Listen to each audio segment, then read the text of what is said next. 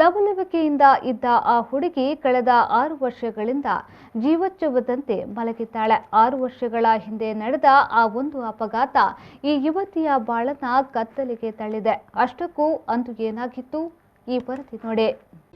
ಈಕೆ ಶಿಫಾನಾ ಪರ್ವೇನ್. ಲವಲವಿಕೆಯಿಂದ ಇದ್ದ ಹದಿಹರಿಯದ ಯುವತೆ ಸದ್ಯ ಈ ಸ್ಥಿತಿಯಲ್ಲಿ ಇದ್ದಾಳೆ. ಎಲ್ಲರಂತೆ ಹದಿಹರಿಯದ ಕನಸುಗಳನ್ನು ಹೊತ್ತಿದ್ದ ಆಕೆಯ ಮದುವೆ ನಿಶ್ಚಿತಾರ್ಥವೂ ಆಗಿತ್ತು. ಆದರೆ 2016ರ ಜನವರಿಯಲ್ಲಿ ನಡೆದ ಘಟನೆಯೊಂದು ಆಕೆಯನ್ನ ಸದ್ಯ ಈ ಸ್ಥಿತಿಯಲ್ಲಿ ಮಲಗಿಸಿದೆ. 2016ರ ಜನವರಿಯಲ್ಲಿ ತನ್ನ ಬಾವಿ ಅತ್ತೆಯ ಜೊತೆ ಶಿಫಾನಾ ಹೊರಟಿದ್ದ ಕಾರು ಅಸೈಗುಳಿ ಬಳಿ ಅಪಘಾತಕ್ಕೀಡಾಗಿತ್ತು. ಶಿಫಾನಾ ಬಾವಿ ಅತ್ತೆ ಸ್ಥಳದಲ್ಲೇ ಮೃತಪಟ್ಟರೆ ಮೂಗಿನಿಂದ ರಕ್ತ ಸುರಿಯುತ್ತಿದ್ದ ಶಿಫಾನಾಳನ್ನ ಕೂಡಲೇ ಮಂಗಳೂರಿನ ಆಸ್ಪತ್ರೆಗೆ ದಾಖಲಿಸಲಾಗಿತ್ತು. ತಲೆಗೆ ತೀವ್ರ ಪೆಟ್ಟಾಗಿದ್ದ ಶಿಫಾನಾ ಕೋಮಾಗೆ ಜಾರಿದ್ಲು. ಡಾಕ್ಟರ್ಗಳು ಆಕೆಯ ಬದುಕುವ ಯಾವುದೇ ಧೈರ್ಯವನ್ನ ಕೂಡ ನೀಡಿರಲಿಲ್ಲ.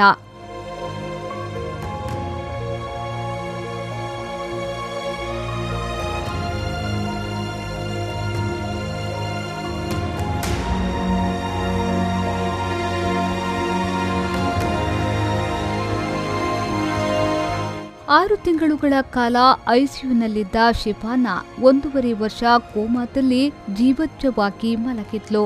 ಬಳಿಕ ಶಬ್ದಗಳಿಗೆ ಪ್ರತಿಕ್ರಿಯಿಸತೊಡಗಿದ್ದ ಶಿಫಾನಾ ಕಠಿಣ ವೈದ್ಯಕೀಯ ಶುಶ್ರೂಷೆಯಿಂದ ಜೀವನಕ್ಕೆ ಮರಳಬಹುದೆಂಬ ಭರವಸೆ ನೀಡಿದ್ರು. ಬಳಿಕ ಶಿಫಾನಾ ಮನೆಯವರ ಜೀವನ ಆಕೆಯ ವೈದ್ಯಕೀಯ ನೆರವು ನೀಡುವುದರಲ್ಲೇ ಕಳೆಯತೊಡಗಿತು. ಶಿಫಾನಾ ತಾಯಿ ಜಾಕಿರಾ ಬಾನು ಮಗಳ ಆರೈಕೆಯಲ್ಲೇ ದಿನದೂಡತೊಡಗಿದ್ರು. ತನ್ನ ಈ ಯಾತನಾಮಯ ಬದುಕಿನಿಂದ ಭ್ರಮ ನಿರಸನಗೊಂಡಿದ್ದ ಶಿಫಾನಾ ಅದೆಷ್ಟೋ ಬಾರಿ ತನ್ನ ಜೀವನವೇ ಸಾಕು ಎಂದು ಆಂಗಿಕ ಭಾಷೆಯಲ್ಲಿ ಹೇಳಿಕೊಂಡಿದ್ಲು. ಶಿಫಾನಾ ಚೇತರಿಸಿ ಕನಿಷ್ಠ ಆಕೆಯ ದೈನಂದಿನ ಕೆಲಸವನ್ನಾದರೂ ನೋಡಿಕೊಳ್ಳುವಂತಾಗಲಿ ಎಂಬುದು ತಾಯಿ ಜಾಕಿರಾ ಬಾನು ಅವರ ಅಭಿಲಾಷೆ.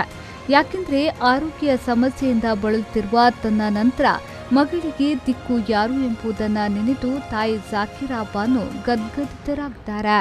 ನನ್ನ ಮಗಳಿಗೆ ಆಕ್ಸಿಡೆಂಟ್ ಆಗಿ 5 ವರ್ಷ ಆಯಿತು. ಅಂದರೆ 5 ವರ್ಷ 4 ತಿಂಗಳಾಯಿತು. ಫಸ್ಟ್ 1 ವರ್ಷ ಕೋಮದಲ್ಲಿ ಇದ್ಲು. ಆಮೇಲೆ 1 ವರ್ಷದಿಂದ ಸ್ವಲ್ಪ ಹೊರಗೆ ಬಂದು ಸ್ವಲ್ಪ ಹುಷಾರಾಗಿದ್ಲು. ಆಮೇಲೆ ಆಯುರ್ವೇದಿಕ್ ಮಸಾಜ್ ಮಾಡ್ತಾ ಇದ್ದಾರೆ ಟ್ರೀಟ್ಮೆಂಟ್. ನನಗೆ ಅಂದರೆ ತುಂಬ ಹಣಕ್ಕೆಲ್ಲ ಕಷ್ಟ ಆಗಿದೆ. ಎಲ್ಲರೂ ಸಹಾಯ ಮಾಡಿದ್ದಾರೆ, ಅದು ಸಾಕಾಗಲಿಲ್ಲ. ಇನ್ನೂ ಸಹ ಟ್ರೀಟ್ಮೆಂಟ್ ಇದೆ, ಸ್ವಲ್ಪ ಸಹಾಯ ಮಾಡಿದರೆ ಒಳ್ಳೆಯದಿತ್ತು. ಎಲ್ಲರೂ ಅವಳಿಗೆ ಎಂಗೇಜ್ಮೆಂಟ್ ಆಗಿತ್ತು. ಅವಳ ಅತ್ತೆ ಕರ್ಕೊಂಡು ಹೋದದ್ದು, ಏನಾದರೂ ಫುಡ್ಡಿಗೆ ತಿನ್ನಲಿಕ್ಕೆ ಅಂತ ಹೋದದ್ದು. ಆವಾಗ ಹೋಗುವಾಗನೇ ಆಕ್ಸಿಡೆಂಟ್ ಆಗಿತ್ತು. ICUಯಲ್ಲಿ 3 ತಿಂಗಳಿದ್ಲು. ಕೋಮದಲ್ಲಿ 1 ವರ್ಷ ಇದ್ದದ್ದು. ಆಮೇಲೆ ಸ್ವಲ್ಪ ಕೋಮದಿಂದ ಹೊರಗೆ ಬಂದು ಮತ್ತು ಸಹ 6 ತಿಂಗಳು ತುಂಬ ಅದೇ ಥರ ಇದ್ಲು. ಸ್ವಲ್ಪ ಕಣ್ಣು ಎಲ್ಲ ಓಪನ್ ಮಾಡಿದ್ದದಷ್ಟೇ, ಬೇರೆ ಮಲಗಿ ಆ ಕಣ್ಣು ಮುಚ್ಚೇ ಇದ್ದದ್ದು ಜಾಸ್ತಿಯಾಗಿ. ಆಮೇಲೆ ಈಗ ಒಂದು 2-2.5 ವರ್ಷದಿಂದ ಸ್ವಲ್ಪ ಹುಷಾರಾಗ್ತಾ ಬಂದಿದ್ಲು. ಅಂದರೆ ಟ್ರೀಟ್ಮೆಂಟ್ 4 ವರ್ಷದಿಂದ ಇದು ಆಯುರ್ವೇದಿಕ್ ಮಾಡ್ತಾ ಇದ್ದಾರೆ, ಮಸಾಜ್ ಎಲ್ಲ. ಈಗ ಸ್ವಲ್ಪ ಇಂಪ್ರೂವ್ ಆಗ್ತಾ ಬಂದಿದ್ದಾಳೆ ನಿಧಾನವಾಗಿ. ಅಂದರೆ ನನಗೆ ಹಣಕ್ಕೆಲ್ಲ ತುಂಬ ಕಷ್ಟ ಆಗಿದೆ. ಈಗ ತುಂಬ ಸಾಲ ಎಲ್ಲ ಮಾಡಿದೆ. ತಂಗಿ ತಮ್ಮನವರು ಎಲ್ಲರೂ ಸಹಾಯ ಮಾಡಿದ್ದಾರೆ ಇದ್ದಷ್ಟು. ಇನ್ನೂ ತುಂಬ ಕಷ್ಟ ಆಗಿದೆ ನನಗೆ. ಇಬ್ಬರು ಬೇಕು ಸ್ನಾನ ಮಾಡಿಸಲಿಕ್ಕೆ, ಎದ್ದು ಕೂರಿಸಲಿಕ್ಕೆ ಎಲ್ಲ. ಮತ್ತು ನನಗೆ ಡಿಸ್ಕ್ದು ಪ್ರಾಬ್ಲಮ್ ಆಗಿ ತುಂಬ ಕಷ್ಟ ಆಗ್ತದೆ. ಆದುದರಿಂದ ಎಲ್ಲರ ಸಹಾಯದಿಂದ ಸ್ವಲ್ಪ ಸರಿಯಾಗಲಿ ಅಂತ ಕೇಳುವುದು. ಮಲಗಿದಲ್ಲೇ ಇರುವುದು, ಎದ್ದು ಕೂರಿಸಲಿಕ್ಕೆಲ್ಲ ಕಷ್ಟ ಆಗ್ತದೆ.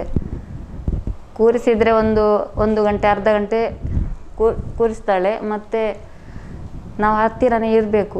ಲೆಫ್ಟ್ ಸೈಡಲ್ಲಿ ಬಲ ಇಲ್ಲ. ಈಗ ಸಹ ಸ್ವಲ್ಪ ಬಲ ಬರ್ತಾ ಇದೆ ಕಾಲಿಗೆ. ಅಂದರೆ ಅವಳು ಆಕ್ಸಿಡೆಂಟ್ ಆಗೋ ಮೊದಲು ಸ್ವಲ್ಪ ಎಲ್ಲ ಇದರಲ್ಲಿ ಹುಷಾರಿದ್ಲು. ಎಲ್ಲ ಕೆಲಸದಲ್ಲಿ, ಕಲೀಲಿಕ್ಕೆ, ವಿದ್ಯೆಯಲ್ಲಿ, ಯಾವ ಇದರಲ್ಲಿ ಸಹ ಹುಷಾರಾಗಿದ್ಲು.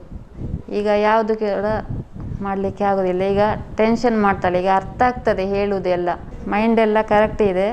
ಅಂದರೆ ನಡೀಲಿಕ್ಕೆ ಆಗೋದಿಲ್ಲ, ಮಾತಾಡಲಿಕ್ಕೆ ಆಗೋದಿಲ್ಲ. ಒಟ್ಟಿನಲ್ಲಿ ತೀವ್ರ ಹಣಕಾಸಿನ ಸಮಸ್ಯೆ ಎದುರಿಸುತ್ತಿರುವ ಈ ಕುಟುಂಬಕ್ಕೆ ನಿಮ್ಮ ನೆರವಿನ ಅಗತ್ಯವಿದೆ. ನಿಮ್ಮ ಒಂದು ಸಣ್ಣ ನೆರವು ಆಕೆಯನ್ನ ಮತ್ತೆ ಮರಳಿ ಜೀವನಕ್ಕೆ ಕರೆತರಬಹುದು. ನೆರವು ನೀಡುವವರು ಜಾಕಿರಾ ಬಾನು, ಖಾತೆ ಸಂಖ್ಯೆ 84700100003027. Branch Konaje. IFSC code VARBOVJKNJE. Google Pay number 7353616928.